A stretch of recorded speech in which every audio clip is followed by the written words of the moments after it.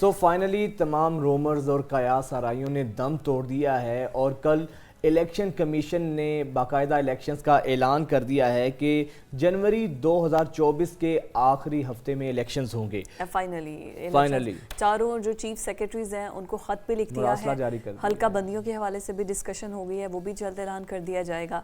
और अब election commission जो इन एक्शन नज़र आ रहा है, कहा करवाने तो उसने खैर विद इन 3 मंथ्स के अंदर थे, 90 डेज़ के अंदर थे, लेकिन वो तो करवाए नहीं है इलेक्शन। लेकिन अब फाइनली एटलीस्ट ये जो डेट अनाउंस कर दिया ना कि जनवरी के लास्ट मंथ में, अभी भी स्टिल 3 महीने तो आपने गुजारा करना है इसी केयर टेकर सेटअप में। अच्छा, पॉलिटिकल पार्टीज जो इससे पहले यकसू नहीं थी, जो कंफ्यूज थी, पाकिस्तान की अवाम भी कंफ्यूज थी और लग यही रहा था कि इलेक्शंस के दूर दूर तक कोई चांसेस नज़र नहीं आ रहे हैं।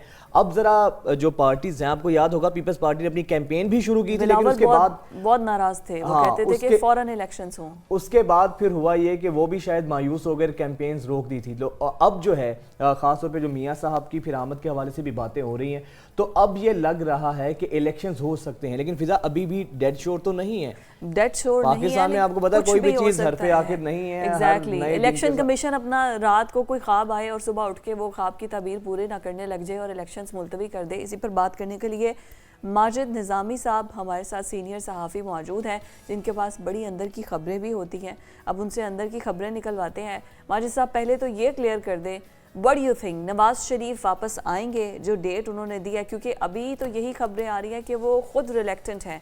शहबाज शरीफ हंगामी तौर पर जा रहे हैं, मरियम नवाज जा रही हैं, तो क्या, क्योंकि इलेक्शन से पहले तो नवाज शरीफ की वापसी बड़ा एक बहुत बड़ा क्लाइमेक्स है। जी बहुत शुक्रिया। मैं ये समझता हूँ कि नवाज शरीफ की वापसी इतनी सादा और आसान नहीं है और 2-3 नुकात से उनकी वापसी जुड़ी है। जब तक वो नुक्ते क्लियर नहीं होंगे, हमें सिर्फ तारीखों के ऐलान से ये नहीं समझना चाहिए कि मियां नवाज शरीफ वापस आएंगे। सबसे पहला मसला उनका ये है कि क्या इस्टेब्लिशमेंट की मौजूदा क़यादत में उनकी कबूलियत हो चुकी है, क्योंकि इस टाइम मुस्लिम लीग नून के अंदर एक टफ कंपटीशन है। 16 महीने में शहबाज शरीफ साहब ने जिस तरीके से हुक्मरानी की है, उससे इस्टेब्लिशमेंट को कोई मसला परेशानी नहीं था। तो अब दोनों भाइयों की सिलेक्शन के हवाले से एक नया मामला सामने आ गया है कि इस्टेब्लिशमेंट को कौन सा भाई काबिल कबूल होगा। दूसरी बात यह है कि अदलिया, मतलब हम वोट देने की भी जहमत भी ना करें, कौन काबिल कबूल है और कौन नहीं। सिस्टम तो एक चल रहा है ना, पपेट्स हैं वो, ये भी जो चलेंगे और इस सिस्टम के अंदर हम भी एक पपेट की तरह वोट डालने चले जाएंगे। देखिए, ये पिछले 5 से 6 साल में काफ़ी हक़ाइक़ अवाम के सामने आ चुके हैं और इससे अवामी शऊर में इजाफा भी हुआ है। तो दूसरा मसला ये है कि मियां नवाज शरीफ की वापसी में जो मामला अदालती और कानूनी मसाइल का है कि क्या वो आकार होंगे, क्या उनको आने से पहले रिलीफ मिलेगा।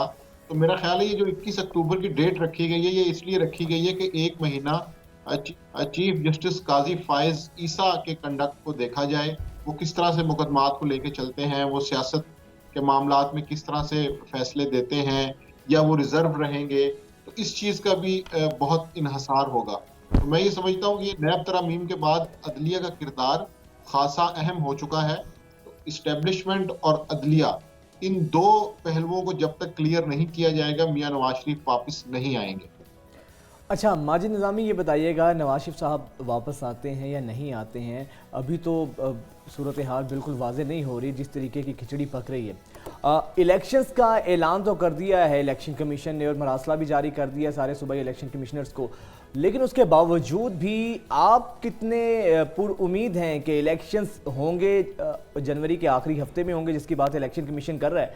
वरना इससे पहले माजी में हमारी मिसाल मौजूद है कि 30 अप्रैल को इंतखाबात होने थे, जब केपी और पंजाब असम्बली डिज़ोल्व हुई थी, और उसके बाद आपने देखा कि किस तरह आइन की पामाली हुई और किन किन चीज़ों को जवाज़ बनाया गया। तो तारीख की रोशनी में आपको लग रहा है कि अब जो डेट दी गई है इलेक्शंस उसी डेट पर होंगे? जी, मैं आपसे इत्तेफाक करता हूं और मुझे ऐसे लगता है कि सिर्फ मौजूदा गैर यकीनीपन और सियासी तनाव को कम करने के लिए इलेक्शन कमीशन ने इस प्रेस रिलीज को जारी किया है कि जिसके अंदर मुबहम अंदाज में बात की गई है। और जो डेट उन्होंने अनाउंस की है या जो हफ्ता उन्होंने बताया है, वो मौसम के लिहाज से खासा दिलचस्प होता है। हमने देखा कि डस्का के ज़िमनी इंतखाबात के अंदर भी धुंध के मसाइल से नतीजे तब्दील होते रहे। तो अब ऐसा लगता है कि अगर जनवरी के इंतखाबात होंगे तो उसमें मौसम की सख्ती और धुंध से हो सकता है इंतखाबी नताइज पे असरअंदाज हों। इसलिए सियासी जमातें अभी इस ऐलान से कोई मुतमईन नज़र नहीं आती और उनका ये ख्याल है कि शायद ये अभी कुछ वक्त लेने के लिए इलेक्शन कमीशन ने ये फैसला किया है, क्योंकि इस तरह के स्केजुअल जिस तरह आपने भी कहा कि पंजाब में जारी हो चुके थे लेकिन उन पे अमल दरामद नहीं किया गया। तो इसलिए मैं ये समझता हूँ कि इलेक्शन कमीशन का ऐलान फिल वक्त सियासी तनाव और गैर यकीनीपन को कुछ कम करने के लिए है। अच्छा, ये बताइए निज़ामी साहब, आप अब तो हमें ऐसा लगता है कि हमें साथ में मौसम का भी प्रेडिक्शन को मद्देनज़र रखना पड़ेगा। आपकी बात से तो मुझे यही अंदाज़ा हुआ है कि हमें साथ साथ मौसम को भी मद्देनज़र रखना होगा इलेक्शंस की डेट देने के लिए, जो जनवरी का लास्ट वीक सेलेक्ट किया है इलेक्शन कमीशन ने। जी बिल्कुल, उसकी वजह यह है कि ख़ुसूसन खैबर पख्तूनख्वा में और पंजाब के मैदानी इलाकों में इस तरह के सर्द मौसम के मसाइल सामने आते हैं और उसकी ताज़ा तरीन मिसाल हमारे पास डस्का के ज़िमनी इंतखाबात की है, जिसमें कहा गया कि रिटर्निंग ऑफिसर्स इसलिए नहीं पहुंच पाए कि रास्ते में धुंध थी, हालांकि वो सिर्फ एक हल्का था।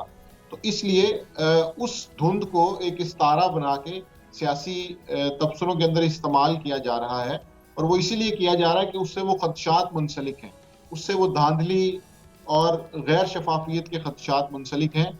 इसलिए सियासी जमातें ये चाहती हैं कि कम अज कम ऐसा बहाना ना मिले कि जिसके अंदर कोई मौसम का जिक्र आए।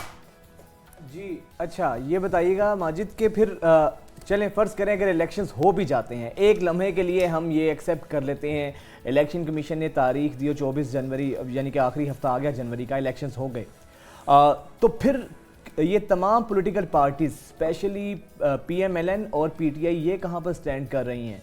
क्योंकि अभी तक तो यही सामने लगा है कि जो हालात हैं, जिस तरीके से जिस तरह से PDM ने हुकूमत की है, इक़्तिदार संभाला है, उसके बाद जो महंगाई के हालात हैं, तो आपको लगता है कि ये पॉलिटिकल पार्टीज़ भी विलिंग हैं कि इलेक्शंस हों जनवरी के लास्ट में, या इनकी कोशिश ये होगी कि इलेक्शन डिले हों, शायद अवाम भूल जाएं, तब तक मियाँ साहब भी आ जाएं, लोगों की वैसे ही मेमोरी बहुत कम है, उनको नए नारों के साथ बहला फुसला कर दोबारा से अपने लिए कायल किया जाए? जी बिल्कुल, मुस्लिम लीग नून का इस वक्त सबसे बड़ा जो सियासी मसला है वो ये है कि उनके ऊपर 16 महीने का एक बोझ है और चूंकि हुकूमत से वो उतरे हैं और वो अपोजिशन में आए हैं और अब इलेक्शन में जा रहे हैं, इसलिए वो ये दलील नहीं दे सकते कि 3.5 साल पहले या 5 साल पहले क्या हुआ था। तो मुस्लिम लीग नून के लिए इस वक्त सबसे बड़ी परेशानी ये है कि उनके पास चूंकि परफॉर्मेंस नहीं है और 16 महीने का एक बोझ है जिसको उन्होंने अच्छा लेके माजिद, चलना ये है। बोझ, इसको बोझ कह लें 16 माह का या 16 माह का दाग कह लें, लेकिन इसको इस बोझ और दाग को धोने की कोशिश PMLN करती है नवाज शरीफ साहब का जो 2013 से 18 का टेन्योर था। आपको लगता है कि इस चीज़ को धोने में वो वाला टाइम, वो वाली बातें आवाम समझ पाएंगी? क्योंकि लोगों की मेमोरी बहुत मुख्तसर है और अभी PDM के जो हालात देखें इक़्तिदार के, उसके बाद जो सूरत हाल हुई है मुल्क की, कि वो चीज़ जस्टिफाई कर पाएगी, लोगों को मुतमईन कर पाएंगे ये आवाम को? जी मैं इससे बिल्कुल इख्तलाफ करता हूँ। उसकी वजह यह है कि आज के दिन जो शख्स पेट्रोल डलवा रहा है, आज के दिन जो शख्स बिजली के बिल दे रहा है, वही वोटर है, उसी ने जाके इलेक्शन में वोट देने हैं। तो उनको अगर आप 2013 की या 2015 की कहानियां सुनाएंगे तो शायद वो इस वक्त कहानियां सुनने के मूड में नहीं है। इसीलिए चूंकि परफॉर्मेंस नहीं है तो मुस्लिम लीग नून की जानिब से एक और बयानिया क्रिएट किया जा रहा है जिसमें वो बात कर रहे हैं कि जनरल बाजवा और जनरल फैज हमीद कौमी मुजरिम हैं, उनको हम कटहरे में लेके आएंगे।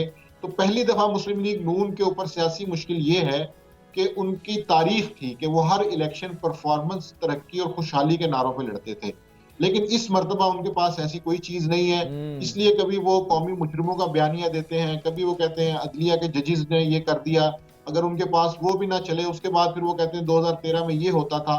लेकिन मैं समझता हूँ कि इस वक्त जो वोटर है जिसने वोट देना है वो परेशान है और उसको यही पता है कि पिछले 2 साल में चीजों में बेहतरी नहीं लाई जा सकी। तो बिजली और पेट्रोल की जो प्राइसेस हैं वो इसके ऊपर डेफिनेटली असरअंदाज होंगी और इसका मुस्लिम लीग नून को खासा सियासी नुकसान हो सकता है। दूसरा उनका मसला ये है कि PTI की मकबूलियत के हवाले से भी अभी संजीदा सवालात हैं कि क्या उनकी मकबूलियत में कमी हुई है या नहीं हुई। GB के इलेक्शन पर अगर हम नजर डालें जो कि ताज़ा तरीन इंतखाबी मिसाल है, उसके अंदर भी ये पता चलता है कि तमाम तर मसाइल के बावजूद PTI is still PTI popular. एक स्ट्रॉन्ग बेस पे खड़ी है। तो मुस्लिम लीग नून के लिए मसाइल ज्यादा हैं और उनके लिए उम्मीद की किरण कोई नहीं है। तो फिर मुस्तकबिल का खाका या सियासी ढांचा आपको क्या नज़र आ रहा है पीटीआई की? लेकिन अमली तौर पे देखें तो जो हालात हैं, चेयरमैन पीटीआई भी जेल में हैं, क़यादत तितर बितर है, जो मरकज़ी ज़्यादा रहनुमा थे पीटीआई के वो भी दोबारा पार्टी छोड़ चुके हैं, दूसरी पार्टीज़ में जा चुके हैं। तो इन हालात को देखते हुए आपको क्या लगता है माजिद, इलेक्शंस में कोई एक भी पार्टी ऐसी होगी जो कि 2/3 मेजॉरिटी की बुनियाद पर सामने आ सके या ले सके? जी, मुझे फिलहाल तो ऐसा नहीं लगता कि 2/3 अक्सरियत के साथ कोई सियासी जमात सामने आए। उसकी वजह यह है कि मुस्लिम लीग नून और पीपल्स पार्टी दोनों हुकूमत में थे। पीटीआई जो है उसे रियासत की नाराजगी का सामना है। तो तीनों बड़ी सियासी जमातों के अपने अपने मसाइल हैं। तो मुझे ये ऐसा लगता है कि आज तक के हालात में हंग पार्लियामेंट 70 सीटें, 80 सीटें, 90 सीटें, इस तरह करके कोई कॉम्बिनेशन बनेगा जिसके बाद एक इत्तेहादी हुकूमत बनेगी। 2/3 अक्सरियत के लिए ना तो मुस्लिम लीग नून के पास कारकर्दगी है, ना पीपल्स पार्टी के पास परफॉर्मेंस है और ना तहरीक इंसाफ के पास इस्टेब्लिशमेंट की कबूलियत है। तो अब ये तीनों एक अजीबोगरीब मखमसे में हैं और तीनों के ऊपर मुश्किलात हैं और तीनों के ऊपर सवालात हैं। और जो पाकिस्तानी अवाम है, सियासत वो महंगाई का में पिस रही है। जो महवर और मरकज़ वो कबूलियत और मकबूलियत के गिर्द ही घूमता है। बहुत शुक्रिया माजिद निज़ामी आपके वक्त का। असल चीज़ यही है, सबसे पहली चीज़ तो ये है कि कबूलियत किस पार्टी के पास नहीं है, मकबूलियत किसके पास है। लेकिन इलेक्शंस हो तो सही ना, जब तक इलेक्शंस नहीं होंगे तो ये पता नहीं चलेगा। और इसका जो सबसे बड़ा नुकसान हमें फेस करना पड़ता है वो पॉलिटिकल अनस्टेबिलिटी की वजह से है। जब तक पॉलिटिकल अनस्टेबिलिटी होगी तो तब तक ना हमारे मुआशी हालात बेहतर होंगे और लोग भी कंफ्यूज रहेंगे। शायद स्टेबिलिटी आ जाए क्योंकि जैसे इलेक्शंस की डेट का ऐलान कर दिया है, आई होप सो ऐसा हो। लेकिन अल्लाह करे और हो भी ना, इंशाल्लाह होगा भी। आगे बढ़ते